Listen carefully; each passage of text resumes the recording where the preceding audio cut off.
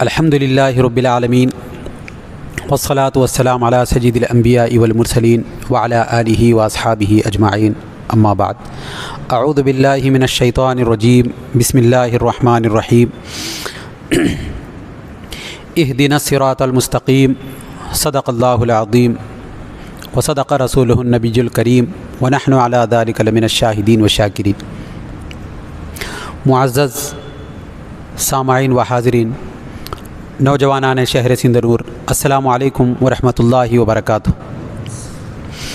اللہ رب العزت کا لاکھ لاکھ شکر و احسان ہے کہ جس کی توفیق سے ہم تمام حضرات اللہ کے گھر میں اس کے کلام مجید فرقان حمید کو سمجھنے کی غرض سے اکٹھے ہوئے ہیں۔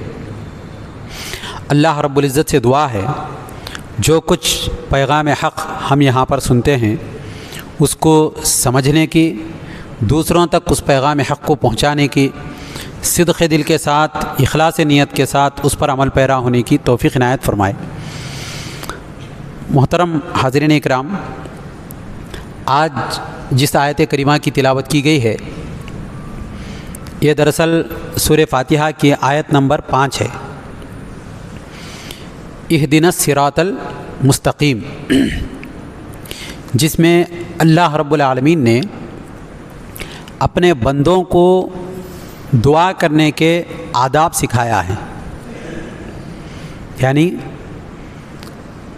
ہمیں سیدھے راستے پر چلا، یہ اس کا معنی ہے۔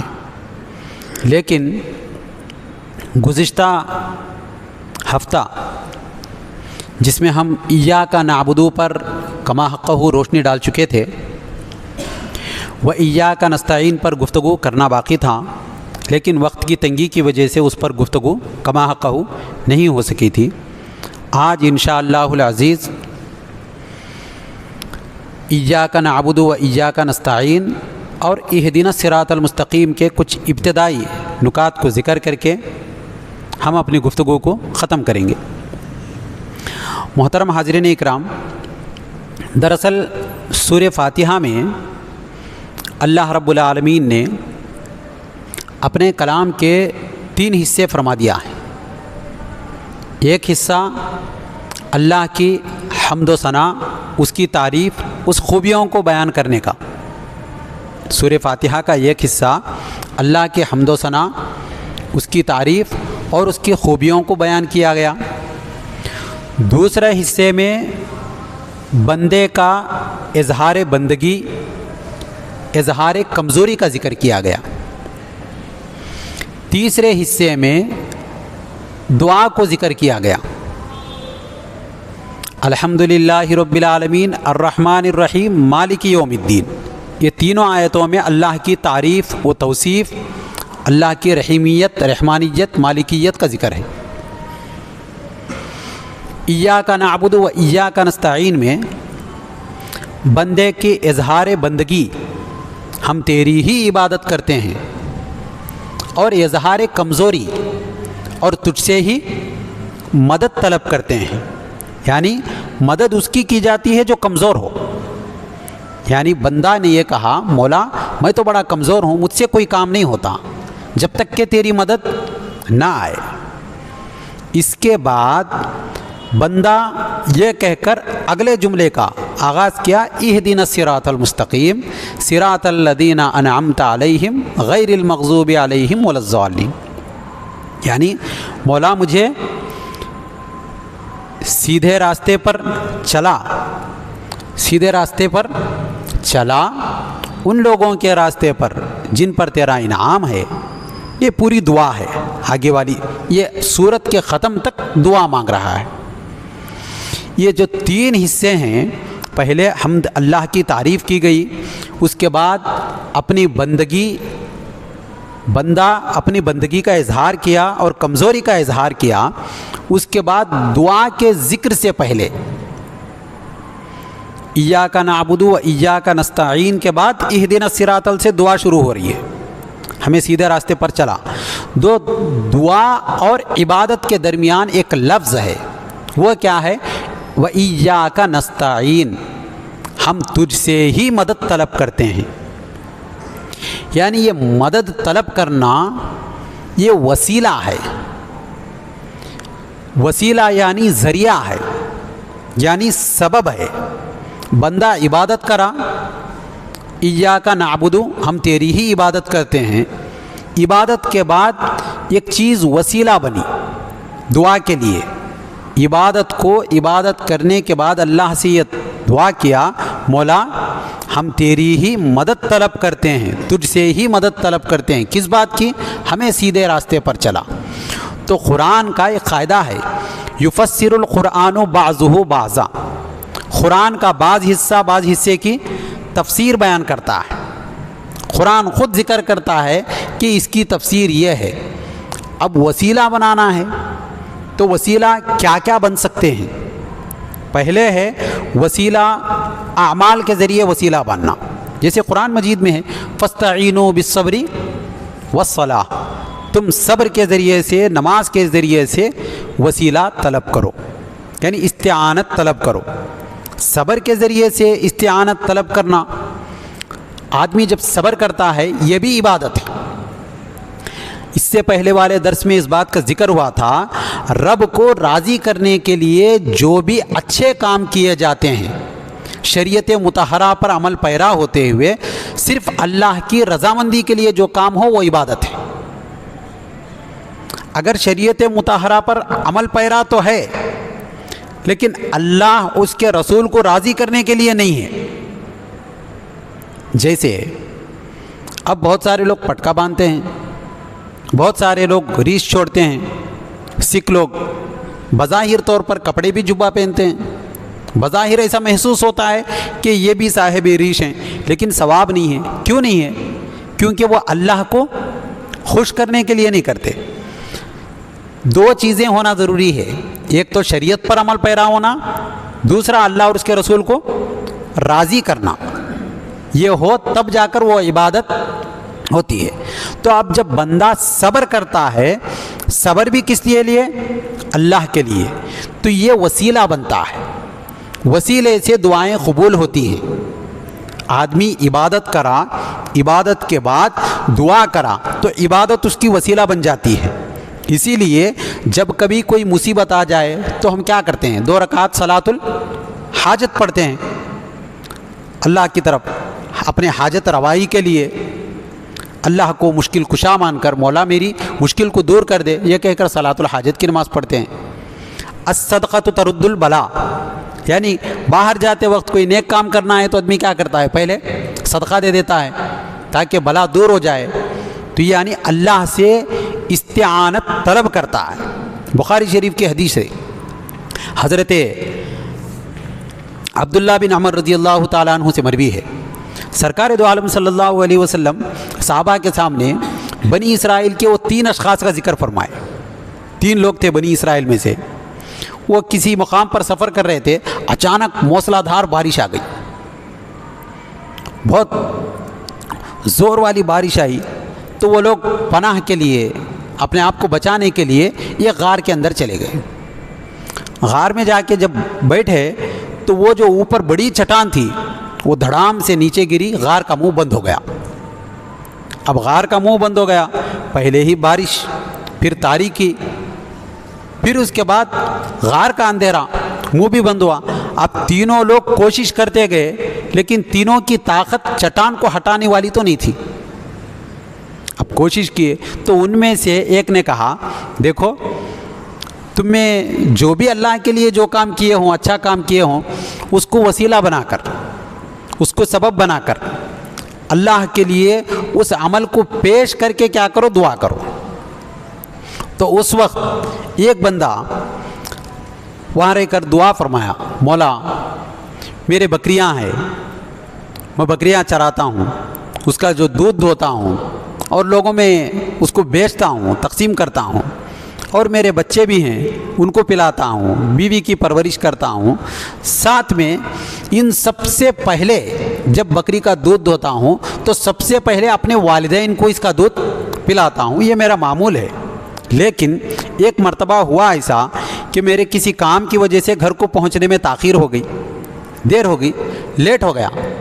جب لیٹ ہوا کیا دیکھتا ہوں کہ میرے والدین آرام فرما رہے ہیں, سو رہے ہیں, تو میرے بچے بھوکے ہیں, بیوی بھوکی ہے, تو وہ لوگوں کو دودھ دینے کے بجائے میں دودھ کا جو کٹورا ہے, جو آلہ ہے, لوٹا ہے, وہ لے کر اپنے والدین کے پاس چلا گیا, ان کے قدموں کے پاس کھڑا رہا, اس انتظار میں کہ ان کی آنکھ کھلے گی اور میں انہیں دودھ پلاؤں گا.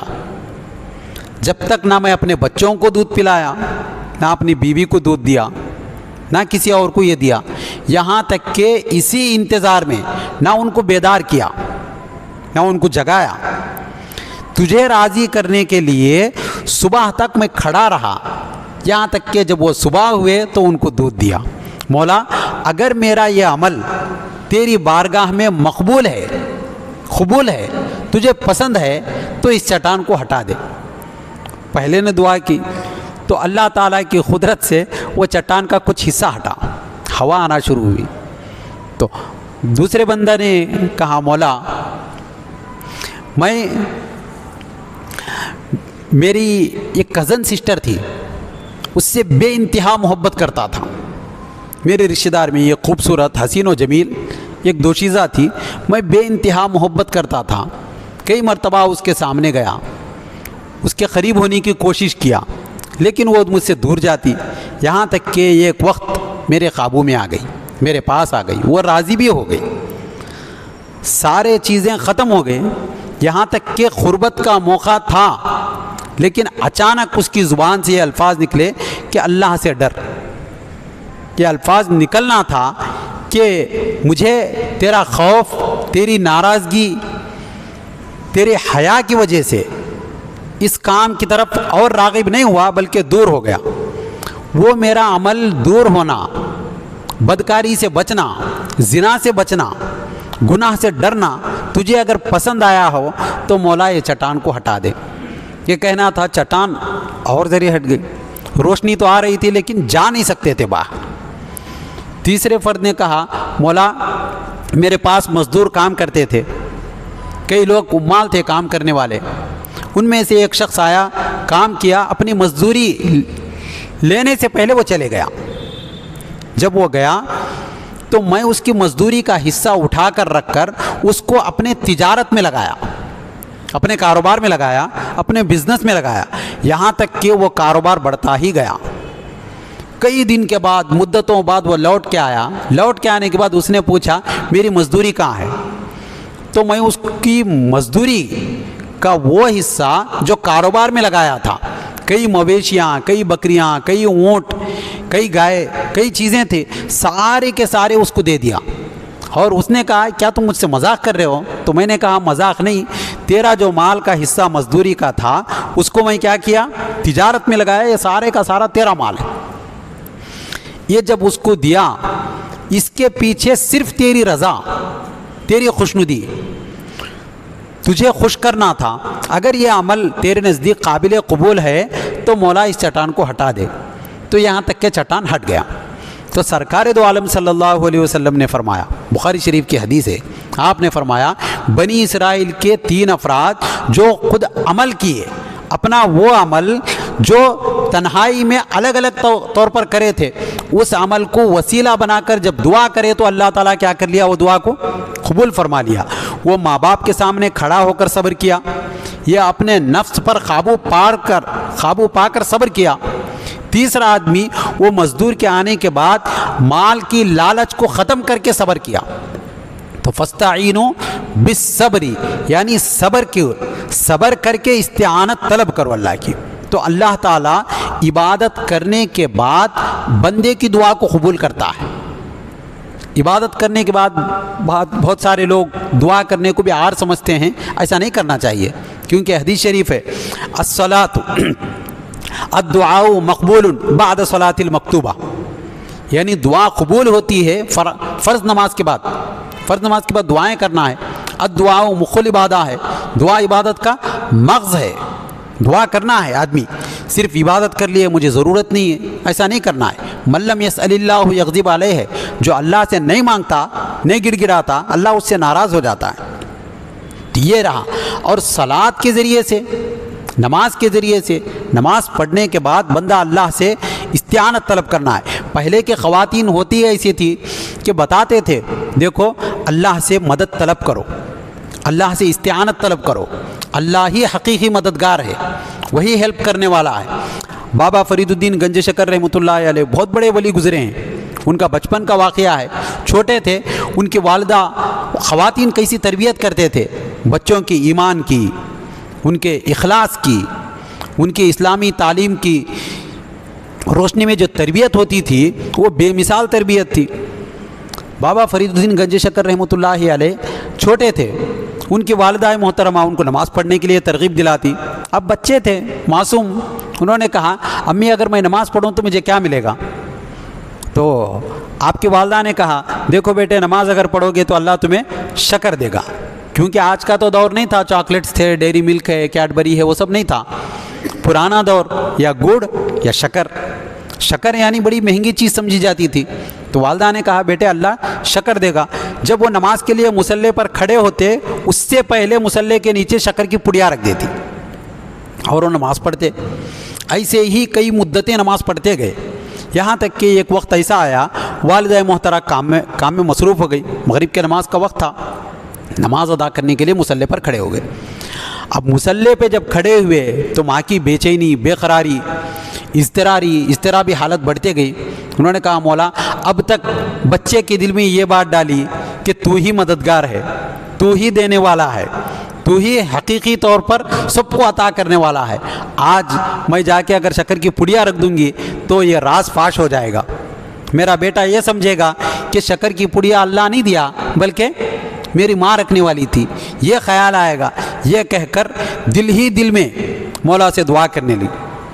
جب نماز ہوئی، نماز ہونے کے بعد جانماز ہٹائے تو شکر کی بڑی پڑیا تھی، وہ لیے کھاتے ہوئے کہنے لگے بابا فرید الدین رحمۃ اللہ علیہ مائی روزانہ جو شکر تھی اس کا ذائقہ الگ تھا، آج کی جو شکر ہے اس کا ذائقہ اور زیادہ ہے، اس کا ذائقہ الگ ہے۔ تو ماں نے کہا بیٹی روزانہ کی جو شکر تھی وہ دنیا کی شکر تھی، آج کی جو شکر ہے وہ جنت کی شکر ہے۔ تو آپ کا نام گنج شکر پڑ گیا۔ پہلے تربیت ایسا کرتے تھے، بتاتے تھے استعانت اگر کسی کو لینا ہے، مدد طلب کرنا ہے تو کس سے کرنا ہے؟ اللہ ہی سے مدد طلب کرنا ہے، اور اللہ تعالی حقیقی طور پر وہی مددگار ہے، اللہ ہی کیا ہے؟ مددگار ہے۔ اسی لیے نماز میں ہم کیا کہتے ہیں؟ ایاک نعبد و ایاک نستعین، ہم تیری ہی عبادت کرتے ہیں، تجھ سے ہی مدد طلب کرتے ہیں۔ بعض مفسرین نے کہا ہم ظاہری طور پر تو عبادت کر لیتے ہیں، ہمارا کام کیا ہے؟ ظاہری عبادت کرنا ہمارے قابو میں ہے، وضو کرنا ہے، غسل کرنا، وضو کرنا، مسجد تک آنا، ٹھہرنا، تکبیر تحریمہ باندھنا، نماز پڑھنا۔ ظاہری طور پر نماز قبول ہونے کے لیے ارکان نماز، شرائط نماز، سنن نماز، واجبات نماز، آداب نماز یہ رہے تو کافی ہے نماز کے مکمل ہونے کے لیے۔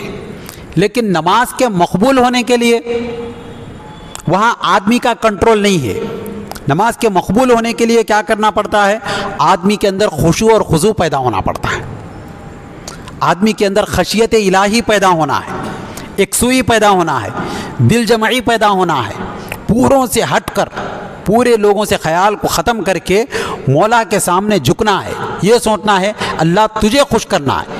یہ بندہ اللہ سے مدد طلب کرتا ہے، مولا میں تو تیری عبادت کر رہا ہوں لیکن تجھ سے ہی یہ عبادت کو مقبول بنانا ہے، تو تیری مدد کی ضرورت ہے، ورنہ یہ عبادت مقبول نہیں ہوتی، بلکہ رسمی طور پر نماز ہوتی ہے۔ آدمی نماز پڑھا لیکن اس کا خیال دوسری جگہ رہا تو وہ نماز کیا ہوتی ہے؟ قرآن میں ہے فویل للمصلین الذین هم عن صلاتهم ساہون، قرآن میں کہا گیا وہ نمازیوں کی نماز کو پھینک دیا جائے گا قیامت کے دن، اس کی کوئی حاجت نہیں۔ کیوں کہ کسل بندی کے ساتھ، سستی کے ساتھ، تن آسانی کے ساتھ، غفلت کے ساتھ دوسری کی طرف خیال رکھ کے یہ کرتے ہیں تو وہ نماز قابل قبول نہیں ہوتی، اللہ تعالیٰ مقبول نہیں کرتا۔ ایک بزرگ کا واقعہ ہے، شاہی جامعہ مسجد ہے، وہاں کے شاہی امام صاحب تھے، نماز پڑھا رہے تھے تو اچانک انہیں یہ احساس ہوا کہ بادشاہ کی سواری آ گئی، بادشاہ آئے پیچھے، تو ان کے دل میں اب بادشاہ کی آمد کی خبر ہوئی، احساس ہوا تو مغرب کی نماز کو کیا کرے، بہت مزین انداز میں، لہنی طور پر، اچھی آواز میں، خیرت کے ساتھ روزانہ جو معمول سے نماز پڑھنا ہے ویسا نہیں، اس سے ہٹ کے. اور ان کے دل میں خواہش یہ تھی کہ بادشاہ سن لے، اب قاری صاحب ہیں، اچھا نماز پڑھانے والے ہیں، انعامات و اکرامات سے نوازے، یہ خیال ان کے دل میں ہے.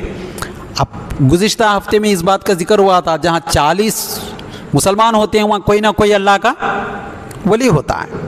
تو وہاں ایک ولی اللہ تھے، مجذوب قسم کی عبادت کر رہے تھے. اب اولیاء سے دلوں کا حال چھپا ہوا نہیں رہتا، اسی لیے مشہور مقولہ ہے، علماء کے پاس جب آتے ہیں تو زبان سنبھال کے آنا، اولیاء اللہ کے پاس جب آتے ہیں تو دل کو سنبھال کے آنا. دلوں کی حالت کشف کھل جاتی ہے ان پر، وہ محسوس کر لیتے ہیں دلوں میں کیا چلتا ہے، اشاروں میں جواب دیتے ہیں. اب وہ دیکھ نماز کے اندر وہ کیفیت پیدا نہیں ہوئی. تابع امام کے تھے، نماز ہونے کے بعد آپ غصے کے ساتھ باہر نکلتے کہہ دیے، یہ جو امام کی نماز ہے میرے قدموں کے نیچے ہے، یہ کر کے چلے گئے.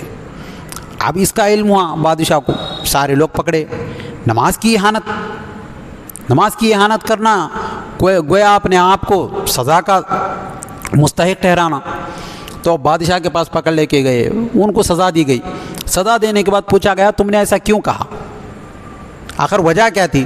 تو انہوں نے کہا دیکھو امام صاحب کی نیت بدل گئی، وہ رب کو راضی کرنے کے لیے قرآن کو مزین کر کے نہیں پڑھے، وہ اللہ کو خوش کرنے کے لیے اپنے لہن میں بدلاؤ نہیں لائے، بلکہ وہ بادشاہ کو خوش کرنے کے لیے بادشاہ خوش ہو جائے اور مجھے سونا ہیرے جواہرات سے مالا مال کرے، جبکہ میں جہاں نماز کے لیے کھڑا تھا میرے قدم کے نیچے ہی سونے جواہرات رکھے ہوئے ہیں، خزانہ ہے.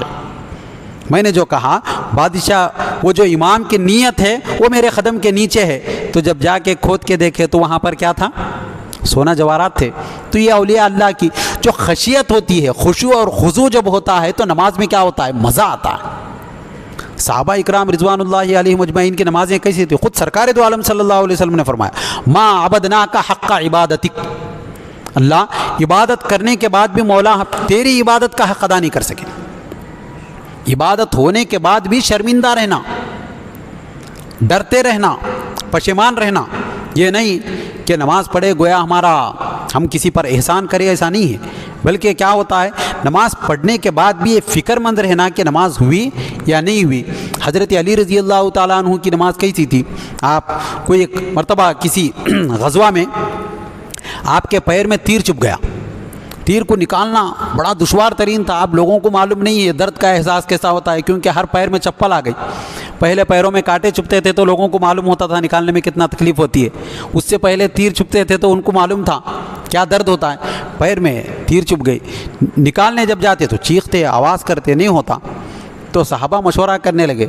صحابہ نے کہا جب حضرت علی رضی اللہ تعالیٰ عنہ نماز پڑھتے ہیں، عبادت کرتے ہیں، بڑے انہماک کے ساتھ، استغراق کے ساتھ، پوری یکسوئی کے ساتھ، دل جمعی کے ساتھ نماز پڑھتے ہیں، نماز کی حالت میں ان کی تیر نکالی جا سکتی ہے.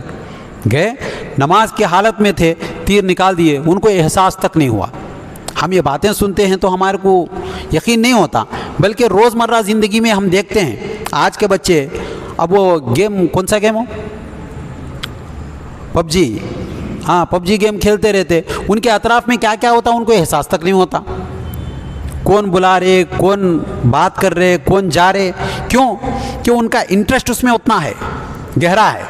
کوئی آدمی کرکٹ کا دیوانہ ہے تو آخری اوور چل رہا تو اس وقت وہ پورے انہماک کے ساتھ کوئی بھی بات کرے تو کیا کہتا ہے؟ بس تھوڑی دیر کے لیے، اسے احساس نہیں ہوتا. وہ پرانے ڈاکٹرز تھے، آج کل بھی ہے شاید، تو کسی کو انجیکشن اگر کرنا ہوتا چھوٹے بچے کو، وہ کیا کرتے؟ ان کی توجہ کو دوسری طرف ہٹاتے، بیٹے تمہارا نام کیا ہے، تم کون سے اسکول میں پڑھتے، تمہارے فیوریٹ ٹیچر کون ہے، تمہارا فیوریٹ سبجیکٹ کون سا ہے، یہ پوچھتے اور انجیکشن بھی دیتے، اسے پتہ بھی نہیں چلتا، وہ ہو گیا. تو کیوں؟ یہ توجہ ہٹنا ہے. آدمی کی توجہ اگر اللہ کی طرف ہو جائے تو اسے غیر کی طرف اس کی نگاہ نہیں ہوتی. اگر ایسی نماز ہے، ہماری نماز کو علامہ اقبال نے کہا جو میں سربہ سجدہ ہوا کبھی تو زمین سے آنے لگی صدا، جو میں سربہ سجدہ ہوا کبھی تو زمین سے آنے لگی صدا، تیرا دل تو ہے صنم آشنا، تجھے کیا ملے گا نماز میں. دلوں میں ہزار خواہشیں رکھ کر بیٹھا ہوا ہے آدمی، یہ ہونا ہے، وہ ہونا ہے، سارے خیالات کا طوفان بھرا ہوا ہے. یہ کرنا ہے. تو آدمی کو کیا ہوتا ہے, اس نماز میں مزہ نہیں آتا, وہ یہ سوچتا ہے کب نماز ختم ہوتی, کب چلے جاؤں.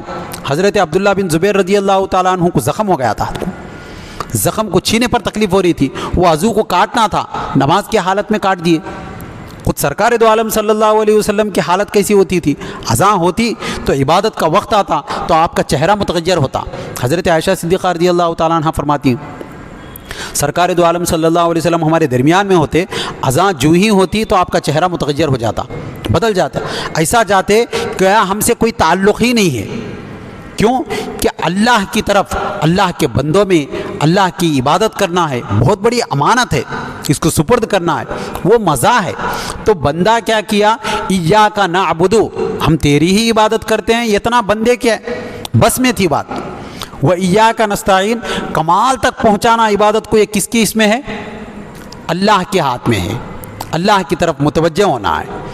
اور تیسرا جو تعلق کہا گیا, بندے کے لیے دو قسم کے لوگ ہیں, دو قسم کے لشکر ہیں, ایک حزب الشیطان, ایک حزب الرحمن. حزب الشیطان یعنی شیطان کا لشکر, وہ بندے کو عبادت کرنے نہیں دیتا. جیسے نفس ہے, وہ بندے کو ہمیشہ بہکاتے رہتا ہے, نہیں عبادت نہیں کرنا, کھینچتے رہتا پیچھے. شیطان ہے, شیطان روکتے رہتا ہے بندے کو عبادت نہیں کرنا. اور دنیاوی الجھنیں ہیں, بندے کو کیا کرتے ہیں, وہاں کہاں جانا ہے, نہیں ہوتا, عبادت کرنے کے لیے نکل گیا, اچانک کوئی مل جاتا. برے یار ہیں, برے دوست ہیں جو عبادت کرنے نہیں دیتے. بڑی مشکل سے اگر آ بھی گیا تب بھی نفس اس کی نماز کو پائے تکمیل تک پہنچانے کی کوشش نہیں کرتا, کیا کرتا ہے, روکتے رہتا ہے. تو یہ ایک ہے حزب الشیطان.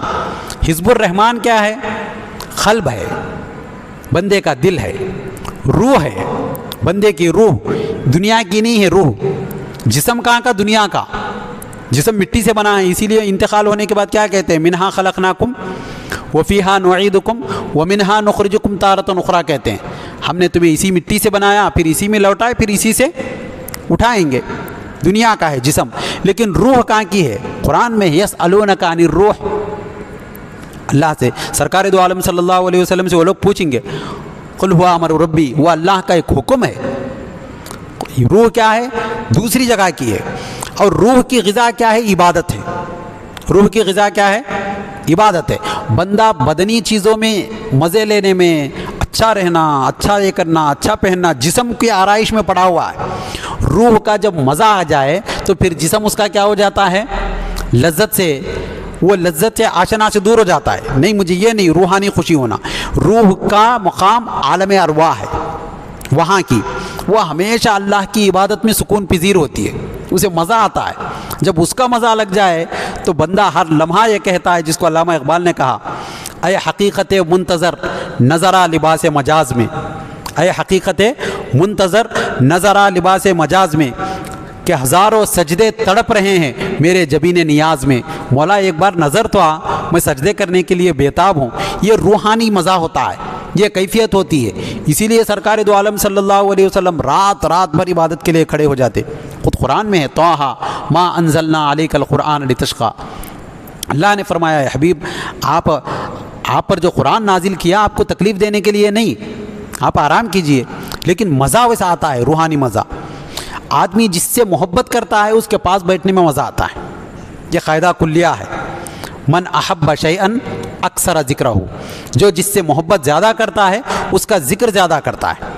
روح کو محبت اللہ سے ہے, اس دیش سے ہے, وہاں کی باتیں سنتی ہے تو اس کو مزہ آتا ہے, وہاں کی عبادت کرنے میں اسے مزہ آتا ہے. وہ حکایت رومی میں علامہ جلال الدین رومی رحمۃ اللہ علیہ بہترین حکایت پیش کیے روح کے محبت کو سمجھانے کے لیے.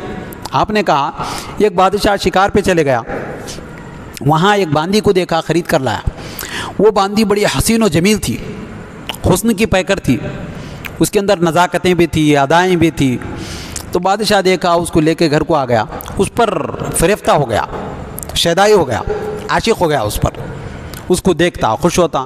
لیکن وہ باندی ہمیشہ گمسم رہتی, بات نہیں کرتی, نہ کھانا کھاتی, نہ پانی پیتی, خاموش خاموش رہتی. تو بادشاہ اس کے عشق میں فریفتہ ہے, گرفتار ہے. وہ دیکھا یہ کیا ہوا, کئی حکماء کو بتایا, کئی اطباء کو بتایا, سب کو بتایا. ساروں کو بتانے کے بعد کوئی اس کا امپرومنٹ نہیں ہوا، اس کی صحت میں کوئی بدلاؤ نہیں آیا، تو وہ دیکھا اب کرنا کیا ہے، اگر یہ مر گیا تو میں بھی مر جاؤں گا، اس کے بغیر جینا میرے لیے محال ہے۔ تو اب اچانک ایک صوفی باصفا اہل دل ولی اللہ ہے، بصیرت والے، وہ آئے، آ کے دیکھنے لگے کیا ہوا، تو لوگوں نے کہا فلاں فلاں باندھی ہے بادشاہ کی، بڑی حسین و جمیل ہے، بادشاہ کا دل آ گیا اس پر، دل موہ لی، لیکن نہ کھاتی ہے نہ پیتی ہے نہ بات کرتی ہے، گمسم رہتی ہے ہمیشہ۔ یہ سننا تھا۔ انہوں نے کہا کہاں سے لائے، تو وزیر نے کہا فلاں مقام سے لائے۔ تو اب اس کی نبض پکڑے، نبض پکڑ کر بولنے لگے دیکھو وہ سارے اطراف و اکناف میں جتنے ممالک ہیں ان کے نام بولو، ایک ایک کا نام گناتے گئے، جو ہی بخارا کا نام آیا، بخارا یعنی ایک مقام ہے، بخاری شریف ادھر ہی منسوب ہے، تو بخارا نام آتے ہی اس کے چہرے پر تھوڑی چمک آئی، مسکراہٹ آئی، مسکراہٹ آنا تھا، آپ نے کہا رکو، بخارا کے جتنی بستیاں ہیں وہ سارے بستیوں کے نام لو۔ دھیرے دھیرے بستیوں کے نام لیے، ایک بستی کے نام پر اس کے چہرے پر اور مسکراہٹ آئی، دانت نظر آنے لگے۔ تو پھر بستی کے جتنے گھر تھے وہ گھروں کے جتنے افراد ہیں ان کے نام لینا شروع کر دیے، نام لیے، جب اور زیادہ نام لیے، ایک گھر کا نام آتے ہی اس کو ہنسی آ گئی، پھر وہ گھر کے افراد کے نام جب نام لیے تو آنکھوں میں آنسو آ کے چیخنا شروع کر دی۔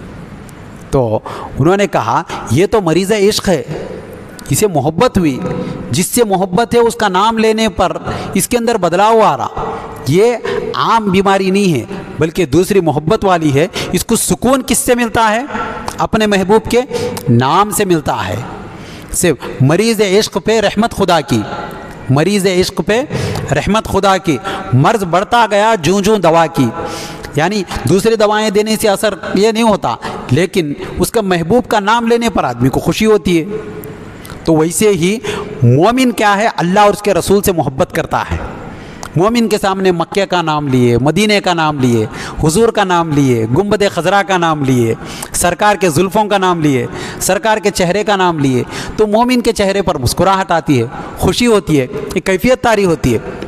وہ چھوڑ کر اگر غیر مومن ہے، خوشی نہیں ہو رہی، تو پھر اپنا علاج کرانے کی ضرورت ہے، دیکھنا ہے جھانک کر میرے اندر کچھ کمی ہے جس کی وجہ سے یہ ساری چیزیں ہوتی جا رہی ہیں۔ تو یہ جو بتایا گیا ایاک نعبد و ایاک نستعین، یعنی عبادت کرنے کے بعد استعانت طلب کرنا ہے۔ بندہ کیا کرتا ہے؟ اللہ سے استعانت، حقیقی طور پر سارے مسلمانوں کا متفقہ قاعدہ ہے۔ حقیقی مددگار کون ہے؟ اللہ ہی ہے۔ بندہ جب عبادت اللہ کی کرتا ہے تو مدد کس سے مانگنا؟ اللہ سے مانگنا۔ دوسرے سے مدد مانگنے میں آدمی کی ذلت ہے، اسی لیے کسی نے وہ بہترین دعا جو ہے بچے پڑھتے ہیں، گناہوں کی عادت چھڑا میرے مولا، مجھے نیک انسان بنا میرے مولا، نہ محتاج کر تو جہاں میں کسی کا، مجھے مفلسی سے بچا میرے مولا۔ لوگوں کا محتاج مت کر مولا، اگر لوگوں کا محتاج ہوا تو ذلیل و رسوا ہو جاؤں گا، نیچے گر جاؤں گا۔ لوگ چھڑاتے ہیں، پریشان کرتے ہیں، لیکن مولا کے سامنے جاتا ہے تو وہ معزز کرتا ہے۔ حقیقی طور پر اللہ ہی مددگار ہے۔ یہ جتنے آلات ہیں، اسباب ہیں، لوگ جو کرتے ہیں وہ مجازی طور پر مدد کرتے ہیں۔ اب انسان کی پیدائش سے لے کر مرتے دم تک، ابتدا سے انتہا تک بظاہر دوسرے مددگار معلوم ہوتے ہیں۔ انسان جب پیدا ہوا تو کوئی نرس آتی ہے، کوئی دائی آتی ہے، مدد کری تو پیدا ہوتا۔ جو ہی پیدا ہوا اسے دودھ پلانے کے لیے ماں دودھ پلائی، یہاں تک کہ اس کی ضرورت نجاست لگی تو دھلانے کے لیے ماں، کمانے کے لیے باپ، پھر بڑا ہوا پڑھانے کے لیے استاذ، عبادت کے راستہ دکھانے کے لیے علماء، مشائخ، صوفیہ، پھر ماحول کو سمجھنے کے لیے دوست و احباب، پھر انتقال ہوا تو لے جانے کے لیے لوگ۔ بظاہر طور پر یہ سب کیا ہیں؟ مجازی طور پر مدد کرنے والے ہیں۔ حقیقی طور پر کون؟ اللہ ہی مدد کرنے والا ہے۔ اس کی مثال کیسی ہے؟ کرنٹ کی مثال ہے، پاور جس کو کہتے ہیں، بجلی ہے، فین پھر رہا ہے، فین کے پھرنے کے پیچھے پاور کس کا ہے؟ کرنٹ کا ہے۔ مائک میں آواز بلند ہو کے آ رہی ہے، اس کی آواز کی بلندگی کا راز کیا ہے؟ بظاہر مائک ہے، لیکن اس کے پیچھے کا جو پاور ہے وہ کیا ہے؟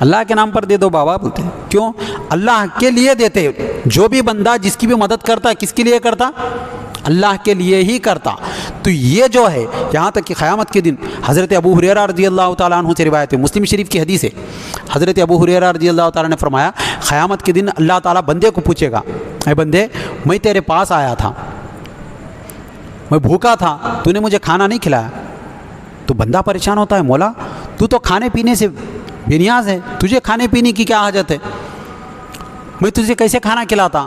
تو بندہ اللہ کہتا ہے بندے میرا فلاں بندہ بھوکا تھا، تیرے پاس آیا تھا، تو اگر کھانا کھلاتا اس کو تو مجھے پا لیتا، تو مجھے پا لیتا. تو اللہ تعالیٰ پھر فرماتا ہے بندے میں فلاں وقت بیمار تھا، تو میری مزاج پرسی کے لیے نہیں آیا، حدیث شریف ہے، تو میری تیمہ داری کے لیے نہیں آیا، عیادت کے لیے نہیں آیا. تو بندہ کہتا ہے مولا تو خدا ہے، تجھے بیماری نعوذ باللہ کیسے ہو سکتی ہے؟ تو اللہ تعالیٰ فرماتا ہے میرا فلاں بندہ بیمار تھا، تجھے معلوم تھا تو نہیں گیا، اگر وہاں جاتا تو مجھے پا لیتا، یعنی میری رضامندی کو پا لیتا. اور اللہ کہتا ہے میں فلاں وقت پیاسا تھا، تو مجھے پانی نہیں پلایا، تو پانی اگر پلاتا تو مجھے پا لیتا، یعنی میری رضامندی کو پا لیتا. تو یہ حدیث کا نتیجہ یہ ہے جو بیمار ہیں ان کی مزاج پرسی کرنا، ان کی خدمت کرنا، ان کی عیادت کرنا، ان کی دیکھ بھال کرنا گویا اللہ کی رضامندی کو پانے کے برابر ہے. خصوصاً اسی لیے سرکار دو عالم صلی اللہ علیہ وسلم نے فرمایا، رمضان میں اکثر ہم حدیث سنتے ہیں آمین آمین آمین کہہ کر، پہلے ممبر پر سیڑھی پر چڑھے تو آمین. تو ان میں سے ایک یہ ہے ہلاک و برباد ہو جائے وہ شخص جس کے ماں باپ زندہ ہوں اور وہ جنت کا مستحق نہیں ہوا خدمت کر کے. یعنی بیمار جب ہوتے، بیماروں کی دعا بہت جلدی قبول ہوتی، بد دعا بھی بہت جلدی قبول ہوتی. تو ان کی عیادت کرنا، ان کی اعانت کرنا، ان کی مدد کرنا، تیماداری کرنا بظاہر طور پر بہت بار گزرتا ہے، لیکن کرتے ہیں تو اللہ تعالیٰ ان بندوں سے خوش ہو جاتا ہے. تو یہ آپس میں ایک دوسرے کو جوڑ کے رکھنا، مدد کرنا، ایک دوسرے کے ساتھ اچھے تعلقات رکھنا، یہ اسلامی حسن ہے، اسلامی شعار ہے. اس کے بعد بتایا اہدنا الصراط المستقیم. مولا ہم آپس میں سب ایک دوسرے کے ساتھ ہیں، سب بندے ہیں، سب آگے اللہ کی بندگی کرنے کے لیے آئے. آنے کے بعد دشمنیاں نہیں ہونا ہے، سب کے دل ایک ہونا ہے، سب کے دل نیک ہونا ہے. عبادت کرنے اگر آدمی کو نہیں آیا تو ان کے ساتھ اب آپ تمام کے تمام بیٹھے ہیں، فرشتے آئے، دیکھے گئے تو اللہ تیرے بندے تیرے ذکر کی محفل میں ہے، تیرے کلام کی محفل میں ہے. تو ایک بندہ تو بیٹھنے کی نیت سے نہیں آیا تھا، چپ اچانک آ گیا، تو اللہ تعالیٰ فرماتا ہے دیکھو مجھے اپنی عزت و جلال کی قسم میں سارے لوگوں کے گناہوں کو بخش دیا اور سارے لوگوں کو جنت کا مستحق بنا دیا. جبکہ ایک بندہ سننے کے لیے نہیں آیا لیکن آیا تھا، مجلس میں آنے کی وجہ سے کیا ہو جاتا ہے، وہ بھی اس کا مستحق ہو جاتا ہے. جیسے چاول میں کنکر تولے جاتے ہیں، جیسے پھول کے اس میں کبھی کبھار پتے بھی آ جاتے ہیں. حضرت اورنگزیب رحمۃ اللہ علیہ بہت بڑے بادشاہ گزرے ہیں ہمارے ہندوستان میں، اللہ کے ولی بھی تھے.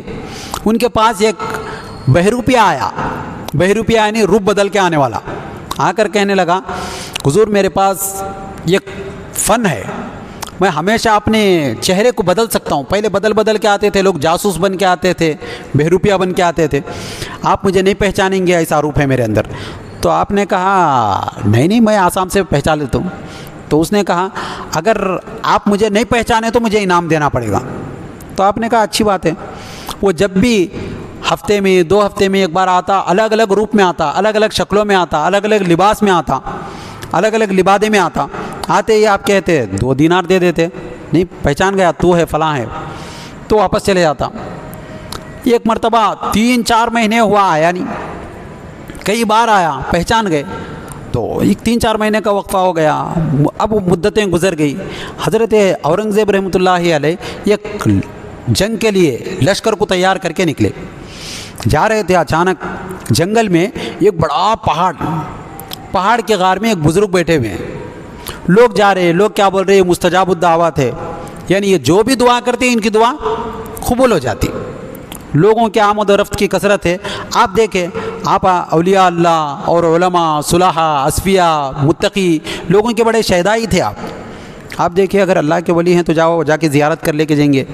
گئے، اوپر گئے، غار میں ایک صاحب ریش، سفید ہے، داڑھی ہے، بال بڑے ہیں، بیٹھے ہوئے، ہاتھ میں تسبیح ہے. وہ